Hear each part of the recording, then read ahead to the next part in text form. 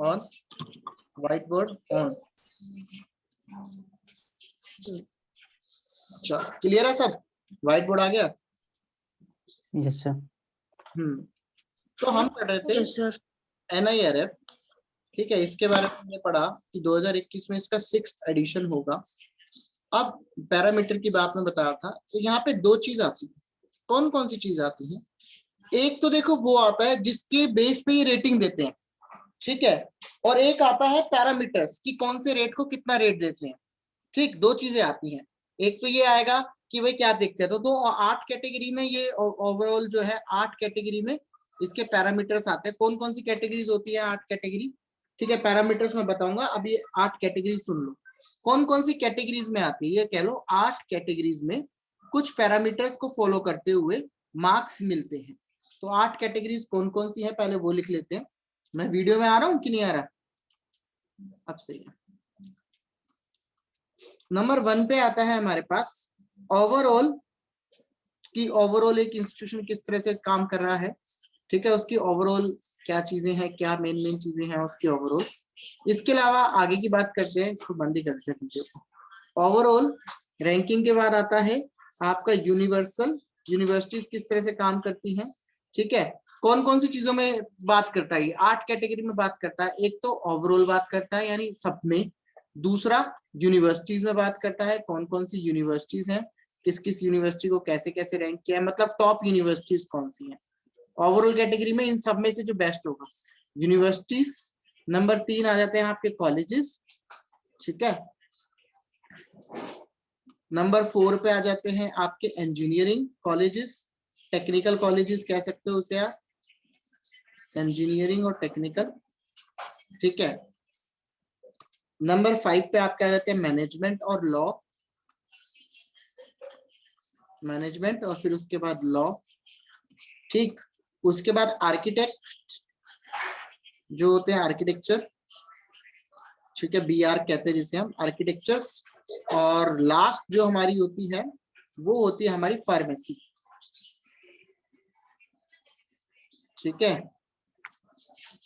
ये कैटेगरीज है जिसमें ये रैंक देता है, 8 कैटेगरीज में रैंक देता है कि ओवरऑल सबसे बेस्ट कौन रहा, सबसे बेस्ट यूनिवर्सिटी कौन सी रही, सबसे बेस्ट कॉलेज कौन सा रहा, सबसे बेस्ट इंजीनियरिंग कॉलेज कौन सा रहा, सबसे बेस्ट मैनेजमेंट कौन सा रहा, सबसे बेस्ट लॉ कॉलेज कौन सा था, आर्किटेक्चर कॉलेज कौन सा था और फार्मेसी कौन सा था। ये 8 कैटेगरी को डिवाइड करता है। क्लियर?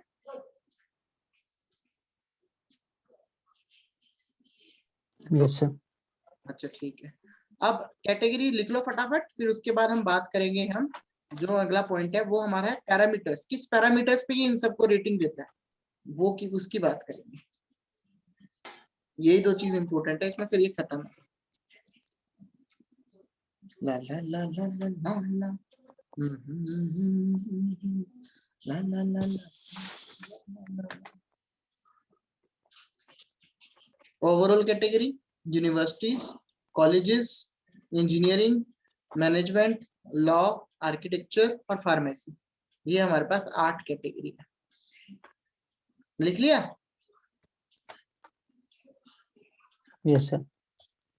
चलो यस सर। ओके, अब हम बात करते हैं पैरामीटर्स जिस बेस पे ये रैंकिंग देते हैं। बहुत इंपॉर्टेंट है ये पैरामीटर्स, तो शुरू करते हैं। सबसे पहले इनका जो फोकस होता है वो होता है TLR। TLR, TLR बोले तो टीचिंग, ठीक, teaching learning and resources, teaching comma learning and resources. तुम शॉर्ट फॉर्म मत लिखना, तुम फुल लिख लेना। मैं शॉर्ट फॉर्म में इसलिए लिख रहा हूँ क्योंकि मेरे को यहाँ पे मार्क्स भी देने हैं। TLR टीचिंग लर्निंग और रिसोर्सेज इस बेस पे चेक करता है। दूसरा रिसर्च एंड प्रोफेशनल प्रैक्टिस यानी RPP, research and professional practice RPP, ठीक। नंबर 3 आपका आता है ग्रेजुएशन आउटकम्स, कितने लोग आपकी यूनिवर्सिटी से ग्रेजुएट हुए, वो ग्रेजुएशन आउटकम। उसके बाद अगला जो आती है हमारे पास, अगला आता है आउटरीच एंड इंक्लूसिविटी। ये जो चीज है आउटरीच और इंक्लूसिविटी यानी OI, इसका मतलब क्या है इसका मतलब है आउटरीच, मतलब आपका अगर दिल्ली में कॉलेज है तो उसमें बाहर के स्टेट से कितने लोग आते हैं, तो ये तो आउटरीच हो गया। इंक्लूसिविटी क्या होता है, इंक्लूसिव आपने सुना होगा, न्यू एजुकेशन पॉलिसी में भी ये बात कही गई है कि हम एजुकेशन को ऑल इंक्लूसिव लेवल पे लेके आए। इंक्लूसिव लेवल पे होता है कि आपके जो स्पेशल चाइल्ड होते हैं, जिसको हम डिसेबल चाइल्ड भी कहते हैं, स्पेशल चाइल्ड कहते हैं, जिनको गॉड गिफ्टेड चाइल्ड कहते हैं, उनकी आपके कॉलेज में क्या उनके लिए व्यवस्था है। अगर कोई व्हील चेयर पे आता है तो आपने उनके लिए कैसा रास्ता बनाया सेकंड फ्लोर पे जाने का, या आप उन बच्चों का कैसे ध्यान रखते हैं।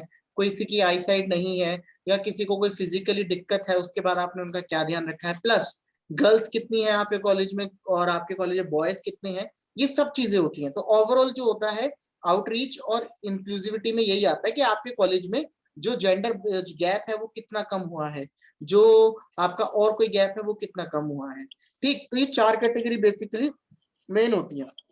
एक और आता है जो बहुत इंपॉर्टेंट रोल प्ले करती है, वो आता है परसेप्शंस ऑफ अदर इंस्टीट्यूशंस। जो आपके साथ के इंस्टीट्यूशंस हैं वो आपके कॉलेज के बारे में क्या सोचते हैं, ये एक पॉइंट है जो कहीं ना कहीं सब्जेक्टिविटी वाला है। आपके सब चारों पॉइंट बहुत अच्छे हैं, और अगर आपने परसेप्शन ले लिया अदर कॉलेज से, उन्होंने जलन के मारे परसेप्शन गलत दे दिया, तो आपके पॉइंट बिगड़ जाएंगे, है ना। तो परसेप्शन में क्या होता है, पीयर परसेप्शंस ऑफ कॉलेजेस होता है, मतलब आपके आस पड़ोस के जो कॉलेजेस हैं या आपके कॉलेजेस के बारे में और लोग क्या सोचते हैं। जैसे हम बोले भीमराव अंबेडकर यूनिवर्सिटी आगरा, बहुत अच्छी यूनिवर्सिटी है, लेकिन काफी लोगों को लगता है बेकार यूनिवर्सिटी है। ऐसे ही एमडीयू रोहतक, एमडीयू रोहतक के आस पड़ोस के कॉलेजेस जो है वो उनके बारे में क्या सोचते हैं, ये अभी थोड़ी देर बाद, ये क्लास के बाद, ठीक है। तो परसेप्शंस ऑफ अदर इंस्टीट्यूशन, जो बाकी आस पड़ोस के इंस्टीट्यूशन है उनके बारे में क्या बात आती है, ये सब चीजें जो होती हैं ये मेन कैटेगरीज है, जो पैरामीटर्स हैं जिसपे हम चेक करके नंबर देते हैं, और इसके बाद जिसके सबसे ज्यादा नंबर होते हैं वो टॉप में आ जाता है। यहां तक के लिए फुल फॉर्म दोबारा बता देता हूँ, टीचिंग, लर्निंग और रिसोर्सेज, ठीक है। रिसर्च, रिसर्च और या फिर एंड कह लो प्रोफेशनल प्रैक्टिसेस, प्रोफेशनल कितना आपकी प्रैक्टिसेस कितनी है, रिसर्च कितनी हुई है कॉलेज से, ये सब देखा जाता है। ग्रेजुएशन आउटकम्स, कितने लोग आपके कॉलेज से हर साल ग्रेजुएट हो रहे हैं।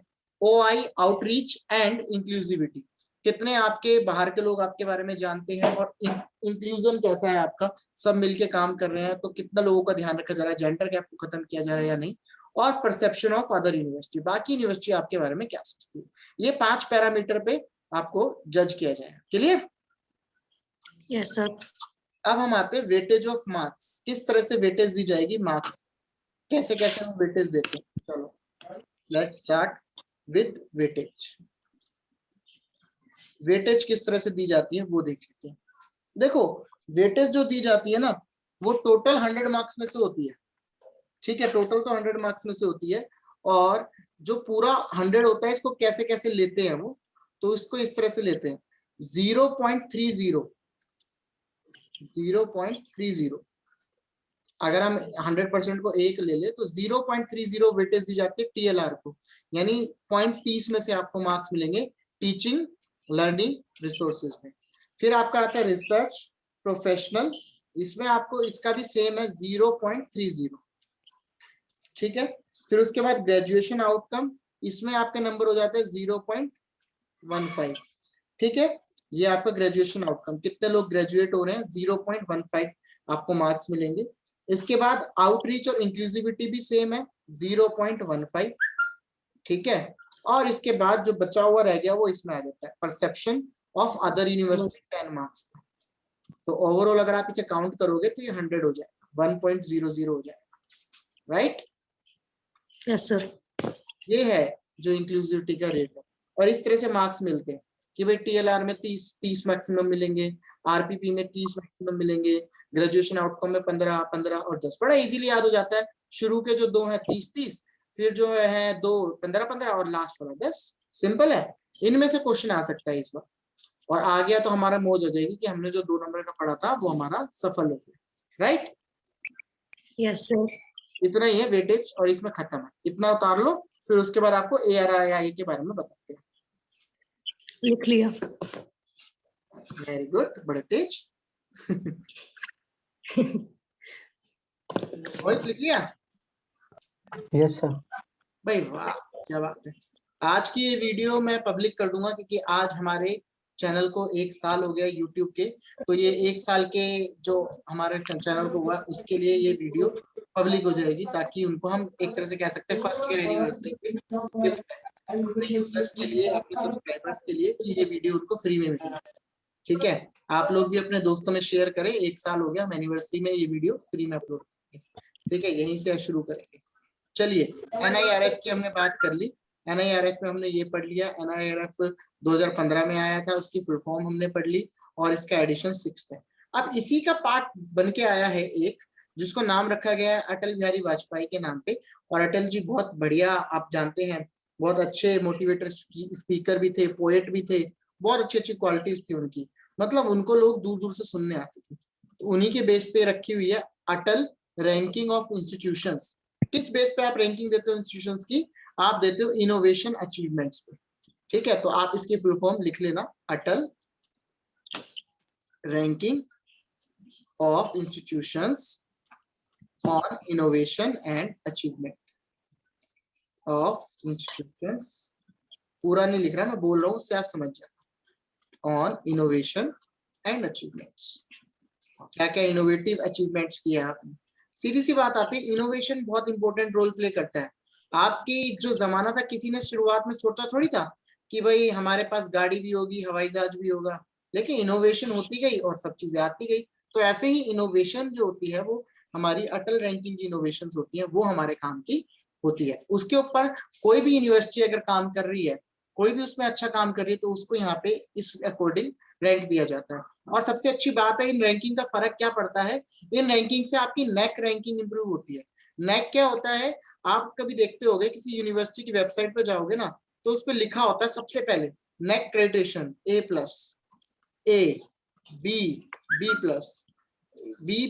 और ये सारी जो है ना यूनिवर्सिटी की रैंक होती है जो नेक देती है, नेशनल एक्रेडिटेशन क्रेडिट। तो ये जो क्या करती है, ये एजेंसी जो रैंक देती है ना, इस रैंक के अकॉर्डिंग यूनिवर्सिटी यानी UGC इनको पैसा ट्रांसफर करती है रिसर्च के काम के लिए, किसी और काम के लिए। जो A+ यूनिवर्सिटी होती है उसको UGC से काफी अच्छा फंड मिलता है, जो A होती है थोड़ा कम, जो B+ होती है और कम, B होती है और कम। इस तरह से नेक की रैंकिंग होती है और इसी रैंकिंग के अकॉर्डिंग यूनिवर्सिटी को माना जाता है कि यूनिवर्सिटी अच्छी है कि नहीं। जैसे अभी MD यूनिवर्सिटी जो हमारी यूनिवर्सिटी है रोहतक की, वो A+ में आती है, और इसी के साथ साथ अभी KU कुरुक्षेत्र यूनिवर्सिटी जो है वो भी इसी रैंक में आती है A+।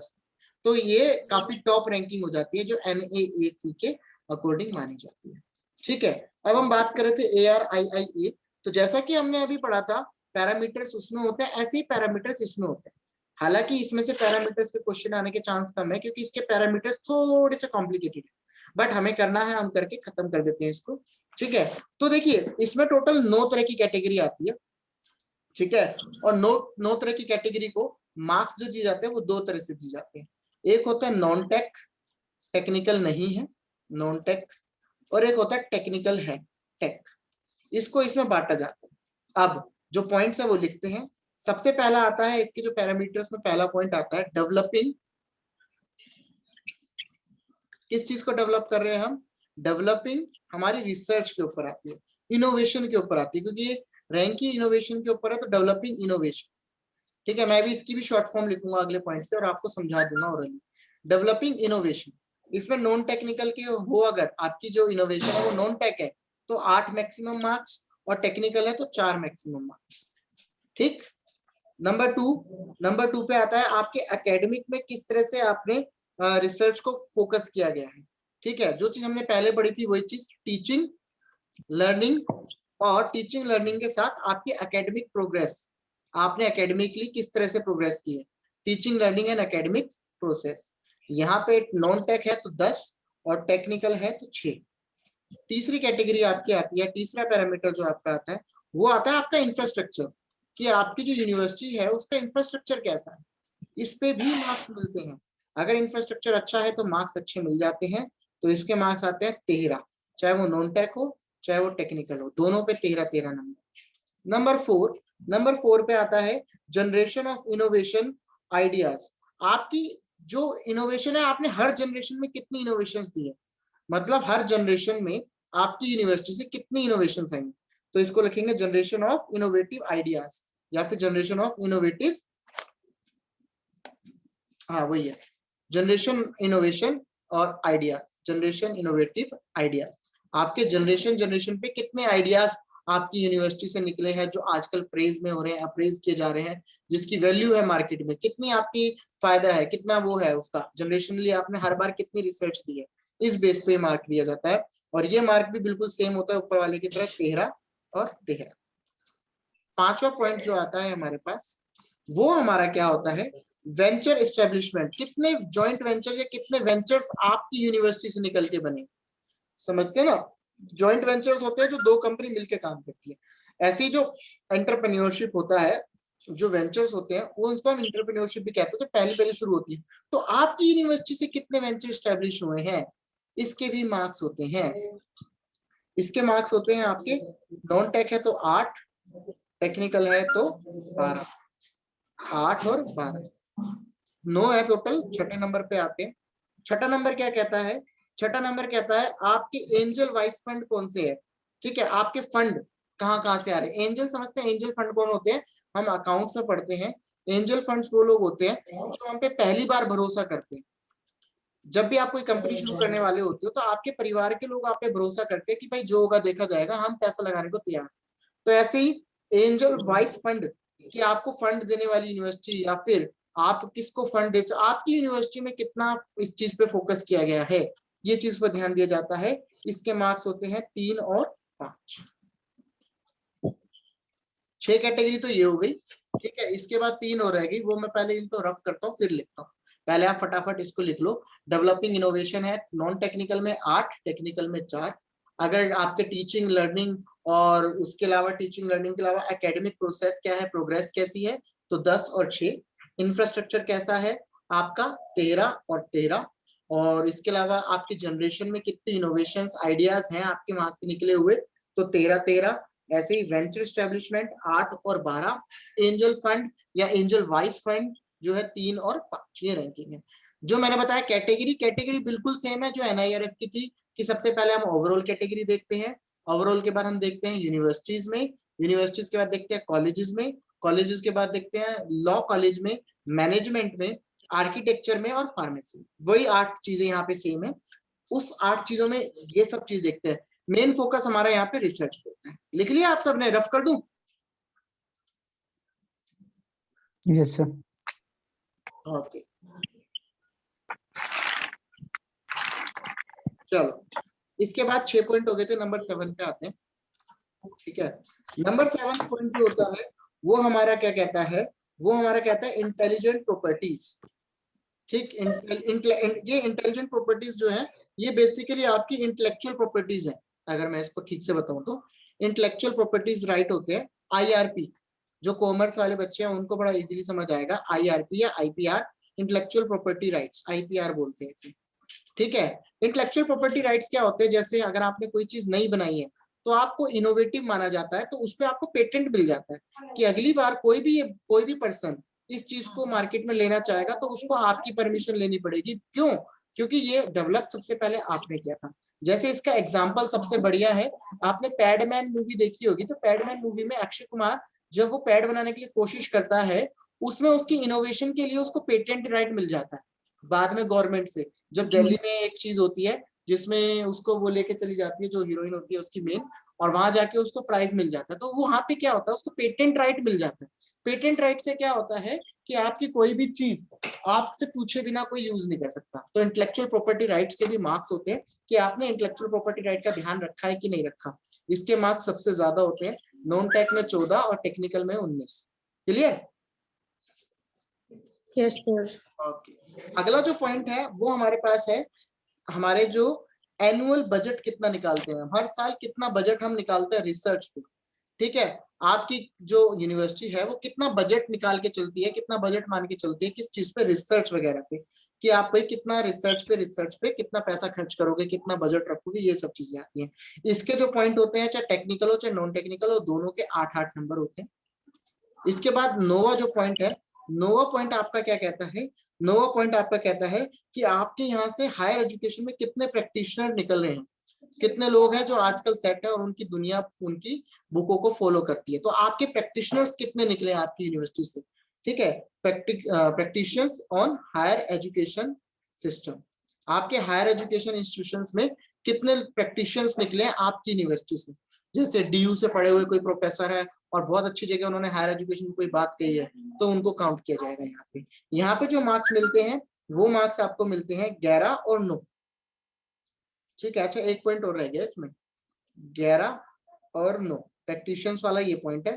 एक पॉइंट और रह गया जो इसी में था एनुअल बजट में, एनुअल बजट एंड रेम्यूनरेशन, तीन चीज थी कि आप बजट रिसर्च के जो ऊपर बजट है उस पर तो ध्यान देते ही देते हो, इसके अलावा आप रेम्यूनरेशन कितना दे रहे हो, कितना आप पेमेंट कर रहे हो अपने एम्प्लॉयज को या जो आपके रिसर्चर्स हैं उनको, उसके मार्क्स भी आते हैं, वो अलग से आते हैं 4 और 6 के।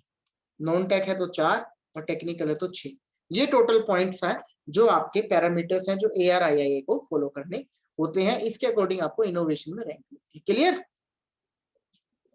सर जो लास्ट वाला समझाया था वो एक बार रिपीट कर दीजिए। ये प्रैक्टिशनर्स ऑफ हायर एजुकेशन वाले नहीं सर, एक और जो आप ये जो देखो, हाँ जी सर। हर यूनिवर्सिटी जैसे कि आपको पता है, आप लोग जब JRF लेके आओगे तो हर यूनिवर्सिटी JRF के बाद पे स्केल देती है, राइट।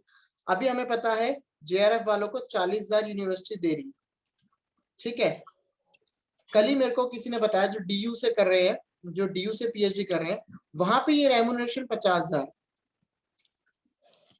तो 50,000 वो रिसर्चर पे खर्च कर रहे हैं पर मंथ, किस पे, जो JRF होल्डर्स हैं जो रिसर्च पे काम कर रहे हैं। तो ये रेम्यूनरेशन वाला जो पॉइंट है वो यही है कि आप अपने रिसर्चर्स पे कितना पैसा खर्च कर रहे हो, उनको क्या रेम्यूनरेशन दे रहे हो। अगर आप अच्छी रेम्यूनरेशन दे रहे हो तो ऑटोमेटिकली आपके पॉइंट्स अच्छे बनेंगे। अगर आप रेम्यूनरेशन अच्छी नहीं दे रहे हो, यानी सैलरी वगैरह सही नहीं दे रहे हो या फिर स्कॉलरशिप सही नहीं दे रहे हो, कम दे रहे हो, तो उसके अकॉर्डिंग आपके मार्क्स कटते भी हैं। तो ये है। वैसे जो बोला जाता था वो ये कहा जाता था पहले कि 9,000 रुपए अगर आपका नेट क्लियर है तो मिलेंगे और 35,000 रुपए अगर आपका JRF क्लियर है तो मिलेंगे। लेकिन उसके बाद एक और लो आया, जो जैसे पे कमीशन आते रहते हैं, ऐसी एक लो आया, उसके बाद ये 9,000 वाला सिस्टम ही खत्म कर दिया। अब सिर्फ 40,000 मिलते हैं, किसको मिलते हैं, जो JRF होल्डर होते हैं, नेट वालों को कुछ नहीं मिलता। तो ये चीज होती है बजट और रेम्यूनरेशन वाला पॉइंट जो हमने समझाया था, जिसके मार्क्स है 4 और 6 में से। अगर नॉन टेक्निकल में है बंदा तो 4 नंबर मैक्सिमम, और अगर टेक्निकल में है तो 6 number maximum. Clear? Yes sir.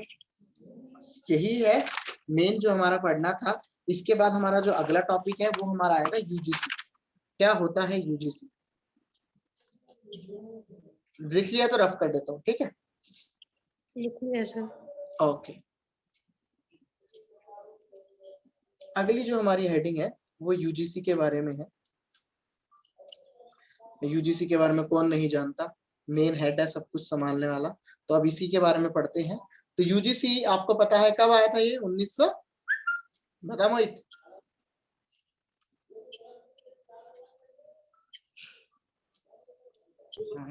कैसे? UGC कब आया था? कहाँ गायब हो गया था? 1953 53 में ये स्टैब्लिश हुआ था। देखो इसमें दो चीज आती है। 53 में ये स्टैब्लिश हुआ था, ठीक है, पर ये स्टैच्यूटरी बॉडी नहीं था। 53 में ये एडवाइजरी बॉडी था। ये एडवाइस देता था गवर्नमेंट को कि क्या हमें हायर एजुकेशन में काम करना चाहिए, और इसका काम अच्छा लगा तो 1956 में इसको स्टैच्यूटरी बॉडी बना दिया। स्टैच्यूटरी बॉडी आपको पता है वो होता है जो पार्लियामेंट के एक्ट के अकॉर्डिंग पास होता है। उसके बाद से ये स्टैच्यूटरी बॉडी हो गया और ये हर चीज पे ध्यान रखता है, एडवाइस भी देता है। पर 53 में जब स्टैब्लिश हुआ था तो सिर्फ एडवाइस देता था। क्लियर? Yes sir. आज बात करते हैं। इसके हेड ऑफिस है दिल्ली में। इसके बाकी रीजनल ऑफिस है, बताओ कितने रीजनल ऑफिस है? बोलो। नहीं मालूम। 6 रीजनल ऑफिस हैं इसके। हेड ऑफिस तो दिल्ली में हो गया, 6 अलग अलग जगह पे है ताकि वो कोनों से कनेक्ट हो सके, ठीक है। जैसे मान लो ये हमारा इंडिया है, रफ मैप बना लेता हूँ मैं, पूरा तो बनेगा नहीं ठीक से, ठीक है, रफ मैप बना देते हैं एक।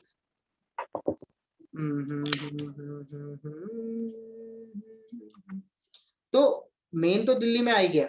इसके अलावा 6 हेड ऑफिस इस तरह से रखे गए कि सारे कोनों को कवर कर सके। तो किस तरह से वो रखे गए हैं वो बता देते हैं। देखो, अरे ज्यादा क्लिक हो गया। 6 कौन कौन से रीजनल ऑफिस है, उसको रीजनल ऑफिस कहा जाता है। रीजनल ऑफिस कहाँ है? एक हैदराबाद में है, ठीक है। हैदराबाद के बाद है कोलकाता, कोलकाता के बाद है भोपाल, ठीक है। भोपाल के बाद है गुवाहाटी, और गुवाहाटी के बाद है बेंगलोर, सॉरी बांग्लादेश कह रहा हूँ, बेंगलोर, ठीक है। और उसके बाद पुणे। हैदराबाद, कोलकाता, बेंगलोर, पुणे, भोपाल और गुवाहाटी। क्लियर? इसको मैंने याद करने की एक टर्म बनाई थी, रुको इसको ना शॉर्ट एक लिख के देखते हैं, ट्राई करके देखते हैं, कुछ इसका शॉर्ट तरीका बनेगा, याद करने का तरीका बनेगा इसका। इसको लिखते हैं हम इस तरह से, जीबी के जीबीबी के, हाँ ठीक है। इसको हम इस तरह से याद कर सकते हैं, हाँ इसको इस तरह से कर सकते हैं। एचपी का शोरूम है ग्रांड ट्रंक रोड पे, ठीक है, ग्रांड ट्रंक रोड पे बैंक के सामने। एक याद करने का तरीका आप बना सकते हो, एचपी का शोरूम है जो ग्रांड ट्रंक रोड पे है, जो बैंक के पास है। या फिर दूसरा तरीका भी आप याद कर सकते हो, एचपी के जो लैपटॉप्स हैं, उन लैपटॉप्स में बहुत ज्यादा अच्छी जीबी की रैम वगैरह आती है, रैम या रोम आती है बहुत अच्छी, और ये जितना भी है ये सारे बैंक के पास है, बैंक के आसपास रहते हैं, ठीक है। एचपी जीबी बी की इस तरह से याद कर सकते हो, या फिर आप अपनी कोई बनाना चाहते हो तो अपने तरीके से भी आप याद कर सकते हो। मैं कुछ सोचा सर। हाँ बोलो, ऐड कर सकते हो। जैसे शुरू में बेंगलोर, भोपाल, गुवाहाटी, हैदराबाद, कोलकाता, पुणे, तो बेंगलोर का बीबी, फिर जी, हाँ HY, फिर हाँ KP, तो इसका हो गया BBG, हाई करके कोलकाता, हाई करके के हो गया के बस, और फिर पुणे चली गई। अच्छा वेरी गुड, ये भी बढ़िया है, बहुत बढ़िया। बीबीजी हाई करके पुणे चली गई, पुणे ठीक चली है। गई। हाँ, या फिर कुछ और भी हो सकता है, बीबीजी ने हाइक पे अपनी पिक्चर लगा दी, कुछ भी कर सकते हो, अपना बना लो कुछ भी, ठीक है। बस याद करने के लिए, बस याद करना है आपको, बेंगलोर, भोपाल, गुवाहाटी, हैदराबाद, और उसके बाद कोलकाता और पुणे। बस आगे बढ़ते हैं। अगला पॉइंट हमारे पास आता है कि ये क्या है, किस तरह से काम करती है। देखो इन्होंने ना 2 स्कीम लॉन्च करी है, वो दोनों स्कीम के बारे में थोड़ा सा पता होना चाहिए। एक स्कीम है एस्ट्राइड, और एक स्कीम है हमारे पास, वो मैंने शायद लिखी नहीं है, एक मिनट रुको देखना पड़ेगा वो, क्या नाम था उस स्कीम का, नाम बता देता हूँ, तुम्हारा होमवर्क दूंगा, तुम इसको थोड़ा सा पढ़ के आओगे, फिर मैं आके बता दूंगा। वैसे तो मेरे पास लिखी होगी वो, पर मैं तुम्हें पहले खुद मेहनत करने को दूंगा, फिर खुद बताऊंगा, ठीक है। अगला है दिशाम्बी, 2 स्कीम है इसकी जो अभी लेटेस्ट है, ठीक है। दिशाम्बी, ये आपको पढ़नी है, ठीक है, हालांकि इजी है, ये आप खुद एक बार होमवर्क में करके लाना, और जो भी आपको लगता है इसका आंसर कमेंट सेक्शन में बताना। और हाँ एक चीज और, मैंने फ्री क्लासेस के लिंक टेलीग्राम पे भी शेयर कर दिए हैं, तो टेलीग्राम चैनल का मैं नाम लिख देता हूँ, आप उसको फॉलो कर सकते हो। बहुत अच्छे जो एक्सपर्ट हैं यूजीसी नेट में काफी टाइम से, उनकी अनअकैडमी पे कुछ स्पेशल क्लासेस है, उसके लिंक मैंने टेलीग्राम पे शेयर कर दिया, आप चाहे तो उसको वहां से कर सकते हैं। नवीन सर नाम है उनका, और बहुत बढ़िया पढ़ाते हैं, आप चाहो तो उनको फॉलो कर सकते हो, और टेलीग्राम पे उनका वो देख सकते हो, जो भी लिंक्स मैंने वहां पे शेयर करे, वहां पे फॉलो कर लेना उनको अनअकैडमी पे, ताकि उनके जो भी फ्री वीडियोस आएंगी वो आपको पता चल जाएगी, ठीक है। तो बिल्कुल फ्री है ये जितने भी लेक्चर हैं जो मैं आपको शेयर कर रहा हूँ, टेलीग्राम पे आप ज्वाइन करना। टेलीग्राम का जो नाम है वो मैं आपको ओरली बताता हूँ, लिखने में थोड़ा आपको अजीब लग रहा होगा, कॉमर्स शाइनिंग स्टार्स 098, ठीक है, कॉमर्स शाइनिंग स्टार्स, एस जरूर लगाना लास्ट में, कॉमर्स शाइनिंग स्टार्स 098, ये हमारा टेलीग्राम चैनल है, आप इस पे ज्वाइन करना। इस पे जो स्पेशल क्लासेस हैं, यानी स्पेशल यानी फ्री क्लासेस, जो अनअकैडमी की फ्री क्लासेस है, वो सारी की सारी फ्री क्लासेस जो बेस्ट एजुकेटर है पेपर 1 के, उनकी जितनी भी फ्री क्लासेस है वो सारी आपको वहां पे लिंक मिल जाएंगे। आप डायरेक्टली अनअकैडमी से उनकी क्लासेस को फॉलो कर सकते हो और उनको फर्दर फॉलो कर लेना ताकि आगे की क्लासेस भी आपको मिल जाए पेपर 1 की। ठीक, commerce shining star 098 Telegram channel है। इसके अलावा यहाँ पे हम नोट्स वगैरह भी शेयर करते हैं जो भी इंपॉर्टेंट होते हैं। ठीक है, तो आप जरूर ज्वाइन करें इस चीज को और आगे बढ़े। इनका यूट्यूब चैनल भी है, आप चाहो तो उसको भी फॉलो कर सकते हो। हमारे बहुत कह सकता हूँ मैं बहुत बेस्ट एजुकेटर हैं आपके, SGR एजुकेशन के नाम से टेलीग्राम चैनल भी है और यूट्यूब चैनल भी है, उसको भी फॉलो कर सकते हो। और कॉमर्स शाइनिंग स्टार्स को फॉलो करोगे तो वहां पे आपको सारी क्लासेस जो है इनकी उसकी फ्री लिंक मिल जाएंगे, जितने भी लिंक्स हैं फ्री क्लासेस के वो वहां मिल जाएंगे। चलिए हम बात करते हैं आगे स्ट्राइड और दिशांबी की। दिशांबी आपको खुद करना है, स्ट्राइड मैं बता देता हूँ। ठीक है, 9 मिनट की हमारी क्लास रह गई है। आज हमने 2 टॉपिक कवर कर लिए हैं, ये टॉपिक कवर करके आज की क्लास को हम खत्म करेंगे। चलिए तो शुरू करते हैं हम अपना टॉपिक स्ट्राइड्स। तो देखो स्ट्राइड्स होता क्या है, स्ट्राइड की फुल फॉर्म क्या है। स्ट्राइड की फुल फॉर्म लिख लो, मैं ऑरली बोल देता हूँ, लिखूंगा तो टाइम ज्यादा वेस्ट होगा। लिखिए, स्ट्राइड की फुल फॉर्म है scheme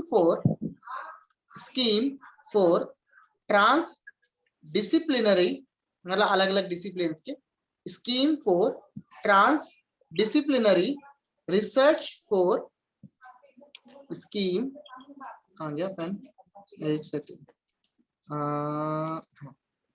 scheme for transdisciplinary,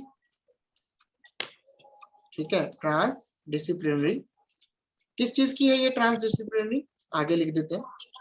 ठीक है, scheme for transdisciplinary research for India's developing economy, research for India's developing economy.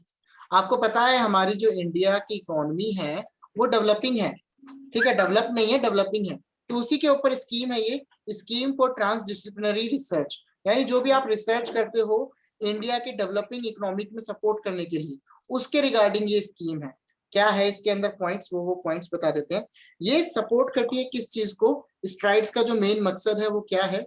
Main मकसद जो है या मेन ऑब्जेक्टिव जो है वो है टू सपोर्ट रिसर्च प्रोजेक्ट, हमारे जितने भी रिसर्च प्रोजेक्ट हैं उनको सपोर्ट करना। किस फील्ड में है वो रिसर्च प्रोजेक्ट, टू सपोर्ट, क्या हुआ, कर दूंगी मैं। अच्छा घर पे बात करते हैं। टू सपोर्ट रिसर्च प्रोजेक्ट, किस चीज के रिसर्च प्रोजेक्ट है, ये रिसर्च प्रोजेक्ट है जो हमारे लिए नेशनल इंपॉर्टेंस रखते हैं, देश के हित की बात करते हैं। ठीक, जो हमारे नेशनल इंपॉर्टेंस के रिसर्च प्रोजेक्ट है उस पर फोकस किया जाता है, उसको सपोर्ट किया जाता है, जो सोशली रिलेवेंट हो और जो हमारे जरूरत की बेस पे हो। ठीक है, नेशनल इंपॉर्टेंस रखते हैं और सोशली इनकी हमारे को काफी कह सकते हैं हम सोशली रिलेवेंट है, सोसाइटी के लिए भला है इसमें, और साथ के साथ नीड है आज की जरूरत के हिसाब से। सिंपल सी भाषा में मैं आपको बताऊं तो जब भी आप कोई रिसर्च कर रहे हो जो आपको देश के नेशनल लेवल पे इकोनॉमी को सुधारने में, उसकी जरूरतों को पूरा करने में हेल्प करेगी, उसके ऊपर आपकी स्कीम है स्ट्राइड्स, जो यूजीसी के द्वारा लाई गई है। इसमें 3 चीजें बोली गई है, इन्होंने 3 कंपोनेंट बोले हैं स्ट्राइड्स के। कौन कौन से वो 3 कंपोनेंट है, कंपोनेंट को इस तरह से बांटा है, कंपोनेंट 1, कंपोनेंट 2 और कंपोनेंट 3, ये 3 पॉइंट बांटे हैं इन्होंने। पहले आप बताओ, आपने इतना सारा जो मैंने लिखवाया लिख लिया, तो मैं ये कंपोनेंट्स लिखूंगा। Yes sir. ठीक है, एकता लिख लिया। Yes sir. अब देखो किस तरह से वो 3 कंपोनेंट को फंड देती है। देखो यूजीसी का है ये, तो यूजीसी फंड देती है इसमें। तो कॉम्प 1 लिखते हैं यहाँ पे, कंपोनेंट फर्स्ट, कंपोनेंट सेकंड और कंपोनेंट थर्ड। कंपोनेंट 1 में क्या क्या चीजें कवर होती है। पहली चीज, अगर आपने कोई बिल्डिंग रिसर्च कैपेसिटी के लिए की है जो रियल लाइफ के सॉल्यूशन देते हैं, यानी आपने कोई रिसर्च ली है जो रियल लाइफ प्रॉब्लम का सॉल्यूशन देते हैं, रियल लाइफ सॉल्यूशन। ठीक है, मैं मुंह से पूरा वो बता रहा हूँ मीनिंग, यहाँ पे शॉर्ट में लिखना। रियल लाइफ सॉल्यूशन के लिए आपकी कोई रिसर्च है, कोई ऐसी आप बिल्ड कर रहे हो, कोई रिसर्च बना रहे हो जो आपको रियल लाइफ में सॉल्यूशन दे, तो उसके लिए प्रोविजन है, उसमें पैसा मिलेगा। ठीक है, यूजीसी की तरफ से। दूसरा आता है, और ये कब कितना मिलता है पैसा, ये पैसा मिल जाता है अप टू 1 करोड़, 1 करोड़ रुपए तक आपको मिलेगा अगर आप रियल लाइफ प्रॉब्लम को सॉल्व करते हो। जैसे कि अभी हमारे सामने कोविड की प्रॉब्लम आई थी, तो उसके रिगार्डिंग जो चीज आपने करी होगी, जो रियल लाइफ सॉल्यूशन दिया होगा, उसको 1 करोड़ तक की कहीं ना कहीं आपको प्रोविजन मिलता है। किससे? यूजीसी से। ठीक, जुलाई 2019 से इन्होंने ये बात बोली है। अब कंपोनेंट सेकंड में आते हैं। कंपोनेंट सेकंड में क्या कहता है, यहाँ पे आपकी कोई स्किल है, कोई टैलेंट है जो प्रॉब्लम सॉल्विंग है। वहां पे क्या था? Real life solution. यहाँ पे आपका टैलेंट की कदर हो रही है, ठीक है। वहां पे रिसर्च की थी, यहाँ पे स्किल की है। वो स्किल जो प्रॉब्लम को सॉल्व करती है, स्किल प्रॉब्लम सॉल्व करती है, इसको यहाँ पे मिलेगा 50 लाख से 1 करोड़ तक। ठीक है, 50 लाख से 1 करोड़ तक। तीसरे कंपोनेंट में क्या है? Funding high impact of research project in humanities, human science scientist for leading institutions. यहाँ पे जो रिसर्च है वो किस किस में है? ह्यूमन साइंस में, ठीक है, और ह्यूमैनिटीज में यानी आर्ट्स में, और इसके साथ साथ साइंटिस्ट जो होते हैं उस पे। अगर आपकी रिसर्च कोई ऐसी है जो ह्यूमन साइंस या ह्यूमैनिटीज या फिर साइंटिस्ट के लिए है, जो कहीं ना कहीं हमारे को हाईली इंपैक्ट करती है इन तीनों चीजों में डेवलपमेंट के लिए, उसके लिए है, तो वो स्कीम यहाँ पे आती है। ठीक है, एक होमवर्क आपको और मिलता है, आपको पता लगाना है कंपोनेंट 3 में कितना पैसा दिया है, कितना पैसा दे सकती है। 2 होमवर्क हो गए आपके, एक तो दिशांबे के बारे में या दिसंबर के बारे में पढ़ने का, और एक इसमें कंपोनेंट 3 में कितना अमाउंट आपको देना है, यूजीसी कितना देती है। दोबारा से रिपीट करता हूँ, खत्म करते हैं क्लास को। कंपोनेंट 1 कहता है कोई भी रिसर्च जो रियल लाइफ की सॉल्यूशन देती है वो आपको 1 करोड़ तक का ग्रांट देगी। कोई भी ऐसी स्किल, अगर आपके अंदर कोई कला है, कोई टैलेंट है, आप उससे कुछ नया करके दिखा रहे हो, तो आपको 50 लाख से 1 करोड़ मिलता है। डिपेंड करता है आपका टैलेंट कितना ज्यादा अच्छा है और डिफरेंट है। और सेम अगर आपका हाई जो बात आ रही है हमारी ह्यूमन साइंस में आ रही है या ह्यूमैनिटीज में आ रही है, कुछ आपने अलग किया है ह्यूमैनिटीज में या ह्यूमन साइंस में या साइंटिस्ट रिसर्च में, साइंटिफिक रिसर्च में, उसके लिए भी यूजीसी ग्रांट देती है। वो आपको पता लगाना है कितना ग्रांट है। हमारे पेपर के पॉइंट ऑफ व्यू से जो ध्यान रखने वाली चीजें हैं वो क्या क्या है? एक तो ये आ सकता है कि कौन से कंपोनेंट में कितना रेट है, ठीक है, ये थोड़ा डीप में आ गया अगर डीप क्वेश्चन आता है। अगर बेसिक क्वेश्चन आता है तो आपको स्ट्राइड की फुल फॉर्म आती है, और फुल फॉर्म के साथ ये आता है कि ये कब आया, तो 2019 में उन्होंने बोला है, और ये सब चीजें उन्होंने बात करी है। क्लियर है पॉइंट स्ट्राइड्स का? Yes sir. Yes sir. नया मिला पढ़ने को मजेदार सा? Yes sir.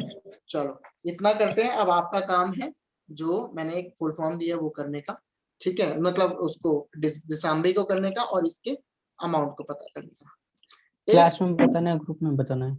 आप कमेंट करके YouTube की इसी वीडियो में बता सकते हो, और आप लोग तो मेरे को क्लास में ही बता देना या फिर ग्रुप में ही बता देना, क्लास में बता देना, ठीक है?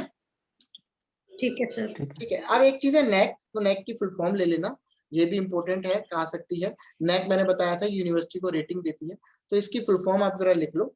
National assessment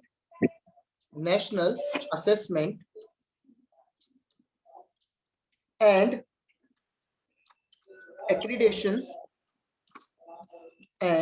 accreditation council.